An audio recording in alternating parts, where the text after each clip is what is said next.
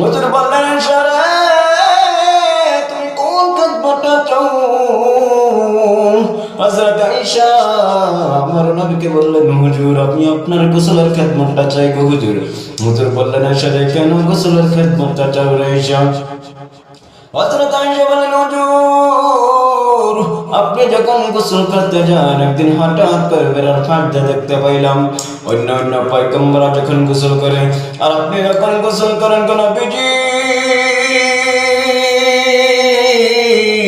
আপনার অঙ্গ দতা করা পানিটার মধ্যে কেমন যেন আকাশের মতো চিকমিক চিকমিক করে। আর অন্য অন্য পয়গম্বররা যখন গোসল করে তিনাদের অঙ্গ দতা করা পানিটার মধ্যে কালো কালো দাগ দেখা যায়। শুধু তাই নয় গো হুজুর অন্য অন্য পয়গম্বররা যখন গোসল করে তিনাদের অঙ্গ দতা করা পানিটা মাটির জমিনে যখন পড়ে মাটি বেয়ে বেয়ে যায়। আর আপনি যখন গোসল করেন কোন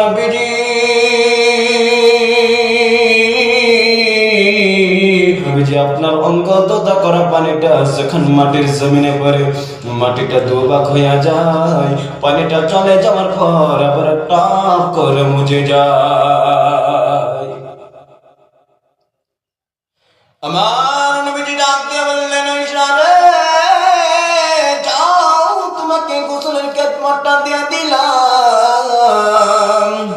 এইবার হযরত আয়েশা রাদিয়াল্লাহু তাআলা আনহা আমার নবীকে লইয়া যখন গোসল করাইতে যান, গোসল করাইতে গিয়ে দেখে একটি চকি আছে, সেই চকির মধ্যে বসাইল। নবীজি একটু সমান দিকে রান্না হলো, পিছনের পা দুটো উঁচু হয়ে গেল। হযরত আয়েশা রাদিয়াল্লাহু তাআলা আনহার পায়ের আঙ্গুল দুটো ঢুকে গেল। কিছুক্ষণ পর আমার নবীজি নিচের দিকে গেল করেন, চাইয়া দেখে পানির সঙ্গে কি যেন লাল রঙের ভেসে যায়। আমার নবীজি হযরত আয়েশাকে বললেন আয়েশা রে পানির সঙ্গে কি যেন লাল রঙের ভেসে যায়। হযরত আয়েশা কথা বলে না।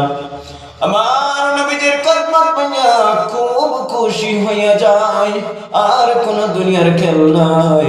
আবার নবীজি জিজ্ঞাসা করে আয়েশা রে পানির সঙ্গে কে যেন লাল রঙের ভেসে যায়। হযরত আয়েশা কথা বলেন না। দরিকে যেদিন আমার নবীজি নিচের দিকে খেল করে চাইয়া দেখে হযরত আয়েশা রাদিয়াল্লাহু তাআলা আনহার পায়ের আঙ্গুল ফেটে রক্ত বাইর হইছে। আমার নবীজি বললেন আয়েশা রে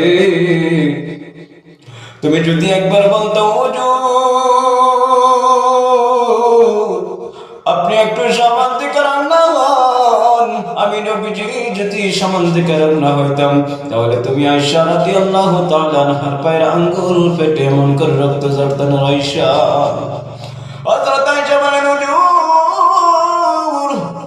আমি আয়েশার পায়ের আঙ্গুল তো ধরার কথা, আমি আয়েশা যদি কলিজা ফাটিয়ে রাখতে পারি হইতো তবু কিন্তু আপনার মতন রাসূলকে বসা থেকে খাওয়াইবার হুকুমটা দিতে পারতাম না। বলেন সুবহানাল্লাহ।